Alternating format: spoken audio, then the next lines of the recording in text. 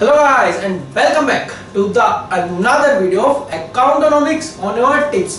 आज जो हम करने वाले हैं प्रोडक्शन फंक्शन का वीडियो नंबर 3 और इस वीडियो का डायरेक्ट कनेक्शन है पिछले वीडियो से, क्योंकि पिछले वीडियो में हमने किया था लो वेरिएबल प्रोपोर्शन के बारे में और उसमें हमने उसकी 3 स्टेजेस की थी, इंक्रीजिंग रिटर्न, डिक्रीजिंग रिटर्न और नेगेटिव रिटर्न। और आज जो हम करेंगे कि ऐसे कौन से रीजंस है जिसकी वजह से इंक्रीजिंग रिटर्न का रूल लागू होता है या फिर डिमिनिशिंग और या फिर नेगेटिव रिटर्न का रूल।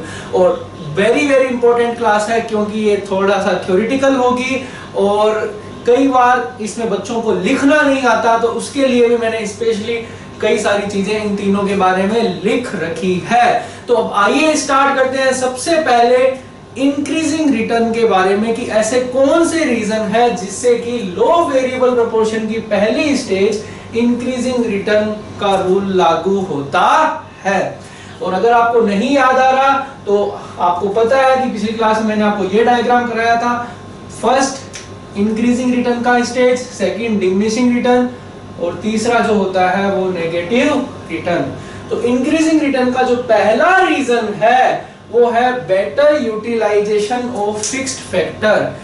सबसे पहले फिक्स्ड फैक्टर जो होता है उसका बेटर तरीके से यूटिलाइजेशन कैसे, कि amount of fixed factor is much more than variable factor. Starting में अगर मान लो किसी भी चीज का प्रोडक्शन करना हो तो जो फिक्स्ड फैक्टर है, मान लो ये एक लैंड है, ये पूरा का पूरा खाली पड़ा है, तो फिक्स फैक्टर की मात्रा क्या होती है, ज्यादा होती है देन वेरिएबल फैक्टर के।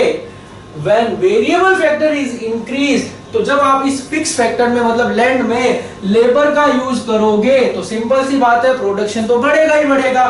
तो क्योंकि स्टार्टिंग फर्स्ट स्टेज पे फिक्स फैक्टर बहुत ज्यादा मात्रा में होता है, तो अगर आप उसको कंबाइन करते हो वेरिएबल फैक्टर के साथ मतलब लेबर के साथ कंबाइन करोगे तो सिंपल सी बात है कि प्रोडक्शन हमेशा इंक्रीजिंग रेट से बढ़ेगा। तो फर्स्ट पॉइंट है better utilisation of fixed factor. और सेकंड जो रीजन है वो तो इससे भी आसान है, वो है इनडिविजिबिलिटी ऑफ फिक्स्ड फैक्टर। आप खुद सोचो, फिक्स फैक्टर जैसे मान लो लैंड हो गया, मशीनरी हो गया, क्या आप इनको छोटे छोटे पार्ट में बांट सकते हो? क्या आप खुद सोचिए, नहीं बांट सकते, क्योंकि once an investment is made in fixed factor, जैसे ही आप फिक्स फैक्टर जैसे कि लैंड में, मशीनरी में एक बड़ा सा इन्वेस्टमेंट करते हो, it can not be used in smaller unit.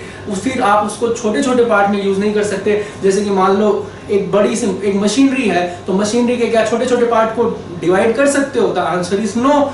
तो आप उसको छोटे छोटे पार्ट में डिवाइड नहीं कर सकते। Then addition to variable factor, तो जैसे ही आप उसमें वेरिएबल फैक्टर का एडिशन करोगे मतलब लेबर को लगाओगे, this will improve the utilisation of fix factor. इससे फिक्स फैक्टर मतलब उसका यूटिलाइजेशन बढ़ेगा। मतलब अगर मान लो लैंड है, क्योंकि लैंड एक बहुत बड़ा लैंड अगर आप खरीदोगे तो आप उसको छोटे छोटे पार्ट में डिवाइड नहीं कर सकते क्योंकि वो फिक्स्ड है।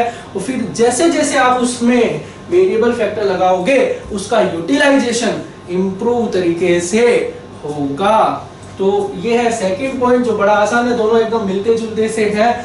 और थर्ड पॉइंट इसका इंक्रीजिंग रिटर्न का उससे भी आसान है, specialisation and division of work. क्योंकि स्टार्टिंग स्टेज पे जो भी लेबर लगाए जाते हैं वो अपने काम में स्पेशलिस्ट होते हैं और काम को डिवाइड किया जाता है कि भाई ये काम तेरे को करना है, ये काम तेरे को और ये काम तेरे को करना है। तो जब स्पेशलिस्ट लेबर काम करेंगे, अपने काम में माहिर होंगे, तो वो हमेशा प्रोडक्टिविटी ज्यादा देंगे। तो ये थे इसके 3 रीजन जो बड़े ही आसान थे। पहला वापस रिपीट कर देता हूं मैं। पहला रीजन था कि फिक्स फैक्टर का यूटिलाइजेशन बेटर तरीके से होता है, और दूसरा इनडिविजिबिलिटी ऑफ फिक्स फैक्टर, और तीसरा स्पेशलाइजेशन ऑफ वेरिएबल फैक्टर या specialisation and division of work. ये हम फर्स्ट स्टेज की बात कर रहे हैं।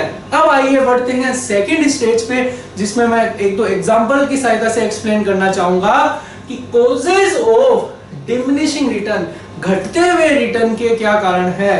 कि वहां पे टीपी बढ़ तो रहा है लेकिन डिमिनिशिंग या डिक्रीजिंग रेट से क्यों बढ़ रहा है? तो पहला है ऑप्टिमम कॉम्बिनेशन ऑफ फैक्टर।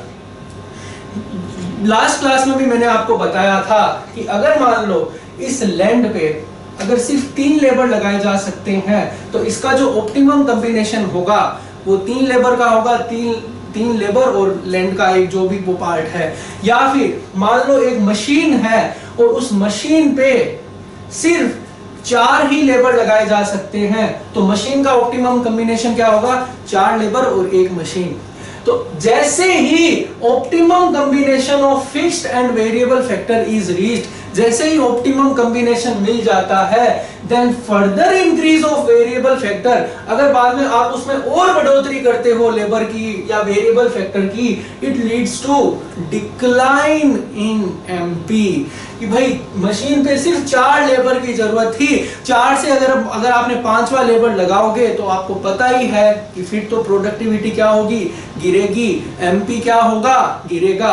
और अगर एमपी गिरेगा तो टीपी स्टार्ट्स डिक्लाइनिंग।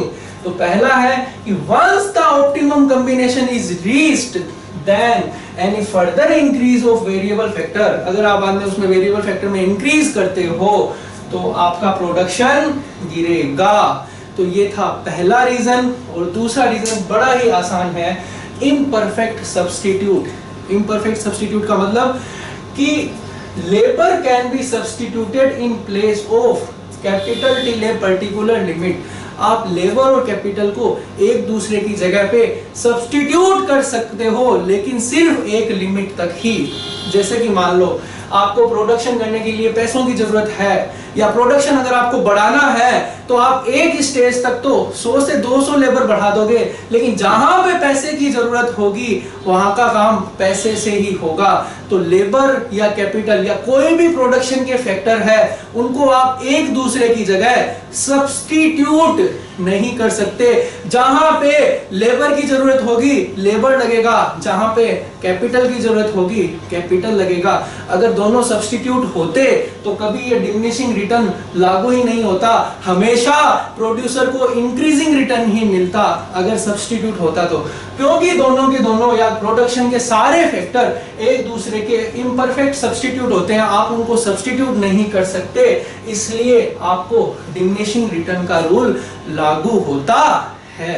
तो ये थे इसके 2 रीजन, पहला ऑप्टिमम कॉम्बिनेशन और दूसरा इम्परफेक्ट सब्स्टिट्यूट। और अब आइए बढ़ते हैं नेगेटिव रिटर्न के रीजन, जो कि ठीक इंक्रीजिंग रिटर्न के उल्टे हैं, बड़े ही आसान है। लास्ट क्लास का मैं आप वापस में ले जाना चाहूंगा। पहला है ओवर क्राउडिंग।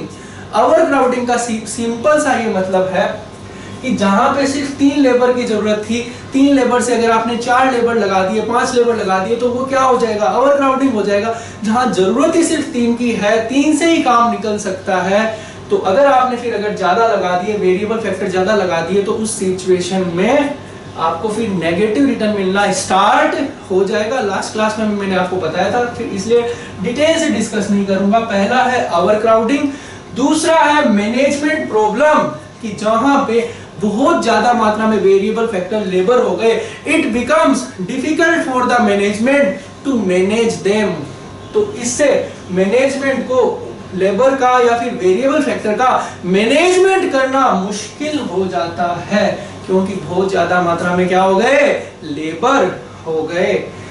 और तीसरा है वो और भी आसान, लिमिटेशन ऑफ फिक्स फैक्टर। अरे भाई लैंड है वो भी तो एक फिक्स्ड ही है। अगर मान लो 1 एकड़ की लैंड है तो 1 एकड़ की लैंड का यूज कर सकते हो, आप उसको सीधा बढ़ा तो नहीं सकते, तो वो भी क्या है? आपका फिक्स्ड है।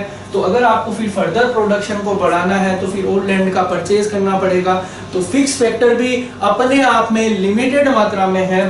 तो जैसे अब फिक्स फैक्टर के साथ बहुत ज्यादा मात्रा में अगर आपने कोई चीज लगा दी, वेरिएबल फैक्टर लगा दिए, तो फिर आपको नेगेटिव रिटर्न ही मिलेगा। बस लॉजिकली सोचो, तीनों के तीनों बड़े ही आसान है। तो ये थे causes of increasing return, diminishing return और नेगेटिव रिटर्न के बारे में। एक बार वीडियो को बंद मत करना, क्योंकि नेक्स्ट वीडियो के बारे में मैं आपको बताने वाला हूं, क्योंकि नेक्स्ट वीडियो ऐसा वीडियो होने वाला है जो कि बहुत कम बच्चों को पता है, जिसमें हम काफ़ी सारी नई चीज़ें डिस्कस करेंगे और वो इसी चैप्टर से रिलेटेड है। तो नेक्स्ट वीडियो को आप मिस मत करना। और उसके बाद में इससे रिलेटेड हम इस चैप्टर से रिलेटेड प्रैक्टिकल क्वेश्चन करेंगे। तो लास्ट में मैं आपको यही बोलूँगा कि अगर आपको ये वीडियो पसंद आया तो प्लीज़ इसे लाइक कीजिए, सब्सक्राइब कीजिए, ज़्यादा से ज़्यादा शेयर कीजिए। और क्योंकि मैं आपको सिर्फ यहाँ पे कंसेप्ट ही नहीं बता रहा, कंसेप्ट के साथ साथ उससे रिलेटेड सारी चीजें विद एक्सप्लेनेशन के साथ और प्रैक्टिकल क्वेश्चन के साथ करवा रहा हूं। तो टिल देन हंसते रहिए, मुस्कुराते रहिए, but don't forget to subscribe my channel because a lot of thing is going to happen in the forthcoming days. Till then, thank you guys.